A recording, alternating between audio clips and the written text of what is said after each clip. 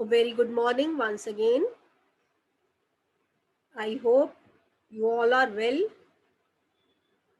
in a good mood. Okay, now today we are going to start the next chapter. This is the last chapter of this uh, periodic test one. So the chapter is lesson number 16, our goals, rights and duties. Open your books at page number 105. Keep your pencils with you. I am going to ask a few questions from you all. The question is, when you join the school, है ना, जब school आते हो आपको कुछ rules follow करने पड़ते हैं. One student, I am going to ask you, from you, raise your hand, okay? Which rules you are to follow in the school?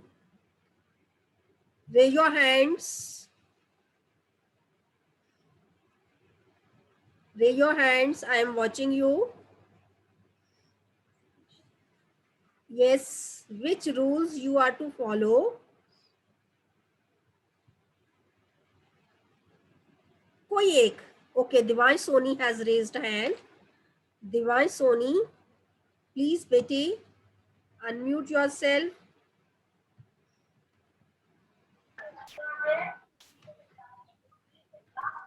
Good morning, ma'am. Good morning. Betty, which rule you should follow in your school? Can you tell me? Yes. Yes, बोलो. Ma'am कि हमें शरारतें नहीं करनी चाहिए और ना हमें दौड़ना चाहिए स्कूल में. बेटे रूल्स बनाए होते हैं ना स्कूल ने कुछ, वो रूल आपको बताना. ये तो कोड ऑफ कंडक्ट हो गया ना. Gaurika, okay Gaurika, you should tell.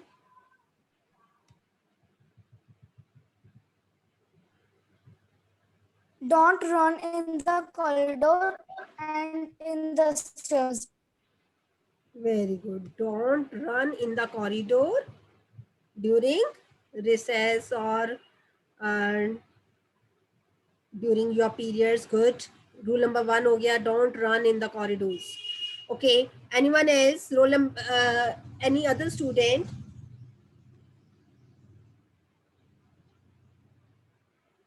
Sakshi.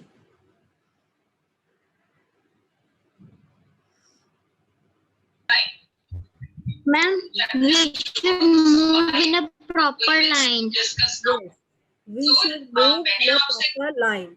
Unmute बेटे, जो बच्चा अनम्यूट होता है ना, पहले इस चीज का ध्यान रख लिया करे. पीछे अगर टीवी वगैरह चल रहा होता है तो you should switch off the TV और टीवी को म्यूट करके फिर बोला करो. ओके. व्हाट डिड यू से?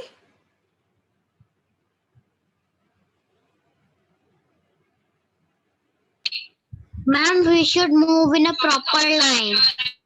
Yes, we should move in a proper line. हमें proper line में जाना चाहिए. Clear? So in this way, हम आपने 2 rules बता दिए कि एक तो हमें कॉरिडोर में रन नहीं करना चाहिए, दूसरा प्रॉपरली हमें लाइन में जाना चाहिए. और we should never push each other. We should not play in the classroom. We should not jump on the benches. There are so many rules, है ना. Teachers are telling you again and again all these rules. क्यों बताते हैं वो rules? Divansh बेटे, lower your hand, raise your hands जो answer देना चाहता है. ये रूल्स क्यों बनाए जाते हैं? एकम, एकम, स्पीक बेटे. Good morning, ma'am. Good morning. Ma'am, we should keep discipline. Okay, to maintain discipline, these rules are framed. Okay, Harveer Singh,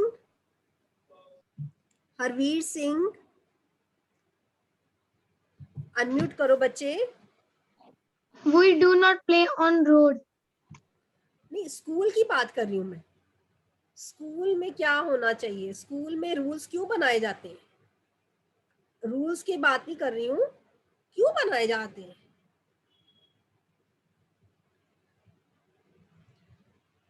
जितने भी हैंड्स अप है ना, अगर आपको इस चीज का आंसर नहीं आता, lower your hands. Who will tell why these rules are made? Okay, Saransh Koda. Good morning, ma'am. Good morning. We should silence in class and in whole school. But you are not listening to your teacher. I am asking you why these rules are made. मैं rules के बारे में नहीं पूछ रही हूँ. Rules तो हो गए अब, है ना? मैंने कितने सारे रूल्स भी बोल दिए हैं. Now I am asking why these rules are made. Mute yourself. Ma'am, to discipline. For the discipline purpose. Okay. Anyone else जो इसका ज्यादा अच्छे से आंसर दे सकता है? Write in the chat box. Write in the chat box.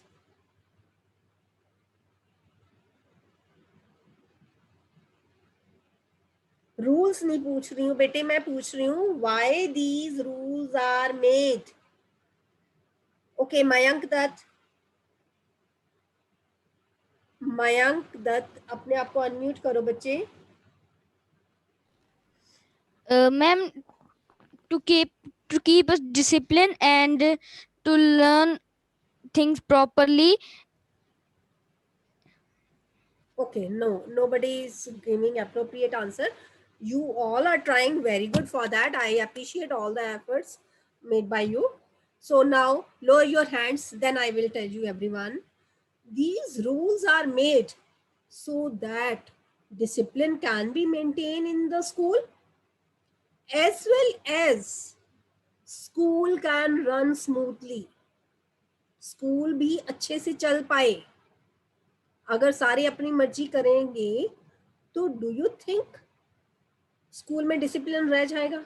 No ना, school में discipline नहीं रहेगा और साथ में वर्किंग प्रॉपरली नहीं हो पाएगी. Nobody will be happy. Teachers भी परेशान होंगे, बच्चे भी परेशान होंगे, बच्चों के पेरेंट्स भी परेशान होंगे. So school will not run smoothly. Is it so? So ये रूल्स जो हैं वो बहुत जरूरी हैं हमारी लाइफ में भी, not only in the school.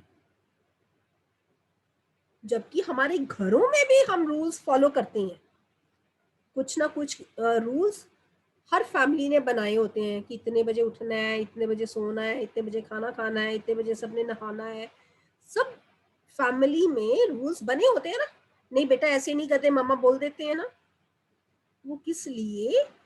ताकि प्रॉपर घर चल पाड़े, घर या स्कूल चल सके, उसमें डिसिप्लिन रह सके.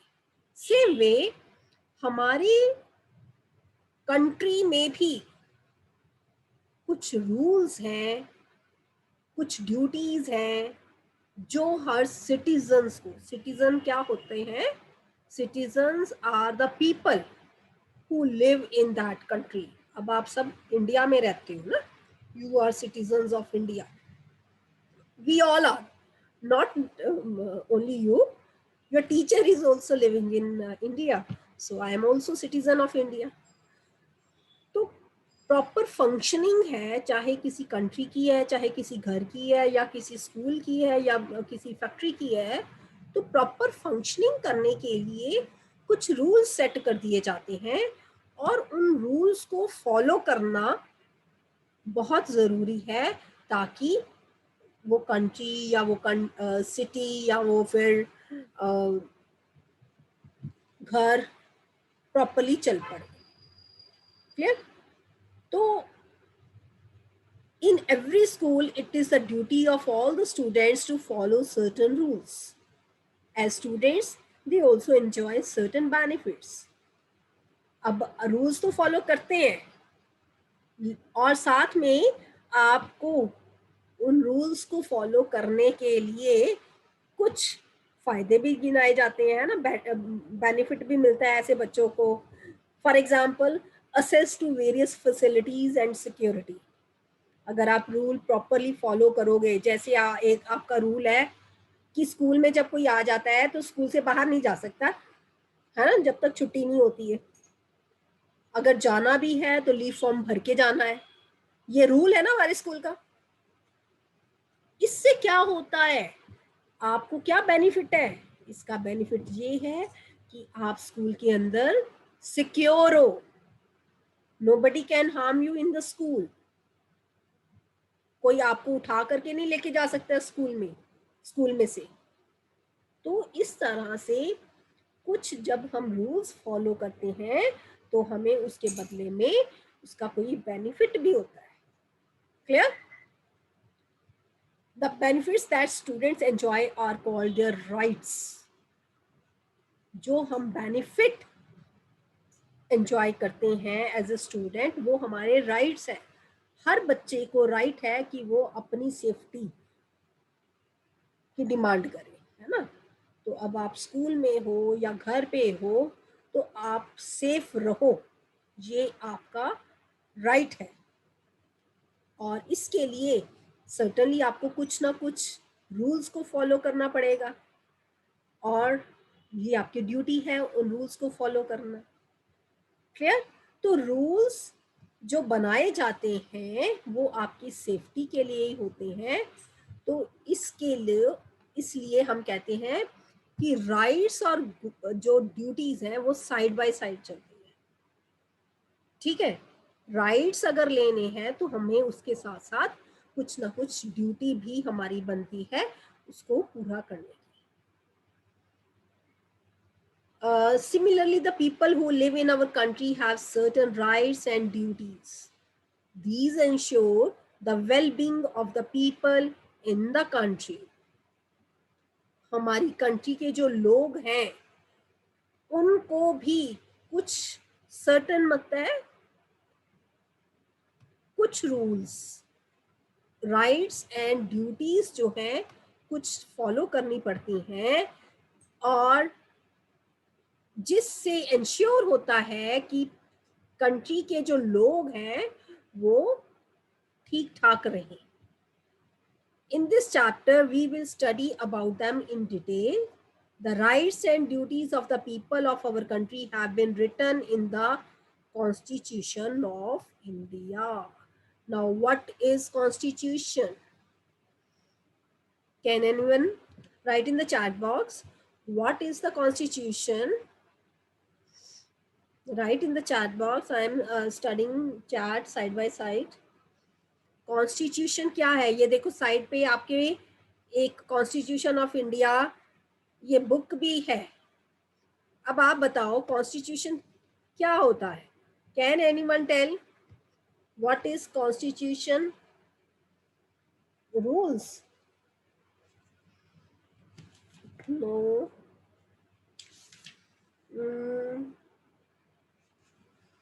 Actually constitution is a book of any country where rules and regulations are written, where rights and duties of the citizens are mentioned. ऐसी बुक जहां पर लोगों के क्या क्या ड्यूटीज हैं, लोगों के क्या क्या राइट्स हैं, उनके बारे में लिखा जाए उसको कॉन्स्टिट्यूशन कहते हैं। और आपको ये जान के हैरानी होगी कि constitution of India is in written form, ये लिखा हुआ है and it is the lengthiest, सबसे बड़ा कॉन्स्टिट्यूशन है जितनी भी कंट्रीज है ना, उनके कॉन्स्टिट्यूशन इतने बड़े नहीं हैं। इंडिया का कॉन्स्टिट्यूशन सबसे बड़ा है, सबसे लेंदी है, और जो इसमें फंडामेंटल राइट्स दिए गए हैं वो अमेरिकन कॉन्स्टिट्यूशन से मतलब देख करके लिए गए हैं। जैसे अमेरिका ने अपने सिटीजन्स को जो जो राइट्स दिए थे, वैसे ही राइट्स इंडियन कॉन्स्टिट्यूशन में भी लिखे गए हैं अपने इंडियन सिटीजन्स को देने के लिए। So it is in a written form and it is the lengthiest constitution of the world. A constitution is the basic set of laws according to which a country is governed. ये देखो definition लिखी हुई है। A constitution, इसको mark भी कर सकते हो आप। Constitution is the basic set of laws according to which a country is governed. Country को चलाने के लिए, गवर्न का मतलब होता है चलाना, कंट्री को चलाने के लिए कुछ रूल्स या कुछ लॉज बनाए जाते हैं, बेसिक लॉज बनाए जाते हैं। वो सारे लॉज जो हैं कॉन्स्टिट्यूशन में लिखे जाते हैं। The constitution of India came into effect on 26 January 1950. 26 January 1950 republic day सब पता है, सब बच्चों को पता है ना। We celebrate republic day on 26 January. क्यों? क्योंकि उस दिन इंडिया का जो कॉन्स्टिट्यूशन था वो इम्प्लीमेंट हुआ था, वो शुरू हुआ था। डू यू नो में पढ़ते हैं, it took 2 years 11 months and 18 days to complete the Constitution of India. हमारी कंट्री जो थी 15 अगस्त 1947 को हमारा कंट्री फ्री हो गया था, आज़ादी मिल गई थी, है ना। लेटर ऑन कॉन्स्टिट्यूशन असेंबली बनाई गई। कॉन्स्टिट्यूशन असेंबली ने रूल्स बनाने के लिए बुक लिखनी शुरू करी और इसको 2 years 11 months और 18 days लग गए बनाते हुए। और जब ये तैयार हो गया फिर डेट डिसाइड की गई कि अब हम इसको 26 जनवरी को इम्प्लीमेंट कर देंगे। इम्प्लीमेंट करना मतलब स्टार्ट कर देंगे, इसको फॉलो करना शुरू कर देंगे। Is it clear? तो इस तरह से 26 जनवरी को 1950 को हमारा कॉन्स्टिट्यूशन स्टार्ट हो गया था, इम्प्लीमेंट करना शुरू कर दिया था। Next comes our goals. The following goals have been laid down by the Constitution of India to ensure the welfare of the citizens. Welfare होता है भलाई, लोगों के फायदे के लिए कुछ गोल्स बनाए गए। क्या क्या थे वो?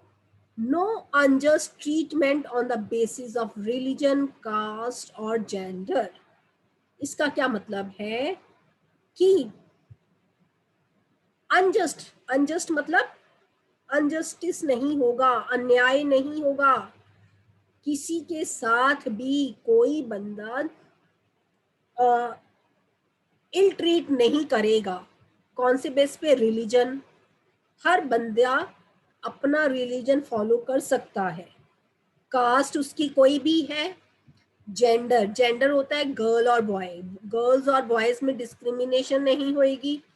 तो ये एक गोल रखा गया कि किसी भी सिटीजन को कोई भी दूसरा सिटीजन उसके साथ गलत ट्रीटमेंट नहीं करेगा, इल ट्रीट नहीं करेगा। Equality in the eyes of the law, कि लोगों को एक ही नजर से देखा जाएगा। कानून, लॉ होता है कानून, कानून के हिसाब से सब लोग इक्वल हैं, कोई भी बड़ा छोटा नहीं है। Right to choose representative in the government, हर बंदे को ये राइट है कि वो अपना रिप्रेजेंटेटिव चुनेगा जो कि गवर्नमेंट बनाएगा। हम भी आपको पता है ना 18 इयर्स के बाद सब बच्चों को और सब अडल्ट्स को वोटिंग का राइट मिल जाता है, जिससे वो अपनी गवर्नमेंट खुद बना सकते हैं। अपनी गवर्नमेंट बनाना मतलब अपने रिप्रेजेंटेटिव को चुनना। हम अपने रिप्रेजेंटेटिव को चुनते हैं जो बाद में गवर्नमेंट बनाते हैं और हमारी प्रॉब्लम्स को पार्लियामेंट में रखते हैं और उन प्रॉब्लम्स को फिर सॉल्व किया जाता है। Freedom to think, express opinions and follow the religion of choice as long as they do not harm others in society. हर बंदा फ्रीली सोच सकता है, अपने ओपिनियंस, अपने विचार रख सकता है और किसी भी रिलीजन को अडॉप्ट कर सकता है। अगर आप, मैं हिंदू हूँ तो मुझे ये अच्छा नहीं लग रहा रिलीजन, तो I can shift to other religion. मैं कोई और रिलीजन, सिख रिलीजन को अडॉप्ट कर सकती हूँ, इस्लाम को अडॉप्ट कर सकती हूँ, क्रिश्चियनिटी को अडॉप्ट कर सकती हूँ। ये मेरी चॉइस है कि मैं जो मर्जी रिलीजन रख लूँ। क्लियर? पर ये तब तक आप इन चीजों को फ्रीली इंजॉय कर सकती हो कि ये सोसाइटी के लिए नुकसान नहीं करेगा। जब मैं अपने लिए कर रही हूँ, मैं किसी और को नुकसान नहीं पहुंचा रही हूँ, तो I can do this. Clear? Equal and fair opportunities to study and work. हर बंदे को इक्वल राइट है, चाहे वो गरीब है चाहे अमीर है, कि वो स्टडी करे या कोई सा भी काम करे। जरूरी नहीं है कि कोई काम जैसे गवर्नमेंट बनाने का है या फिर एडमिनिस्ट्रेशन में है, उसमें गरीब लोग नहीं जा सकते। कोई भी पर्सन अगर वो इंटेलिजेंट है, अगर वो पढ़ा लिखा है, तो वो उस काम को कर सकता है। Respect for all in the country, हर कंट्री के मेंबर की रिस्पेक्ट करना। These are the goals. हमारे गोल्स हैं कि हमें इन चीजों को फॉलो करना है। So today we will do up to this only. Fundamental rights and duties we will continue tomorrow. Now let me ask you about your doubts. इतना लेसन क्लियर हो गया? I will stop sharing the screen, and if you have any doubt, raise your hand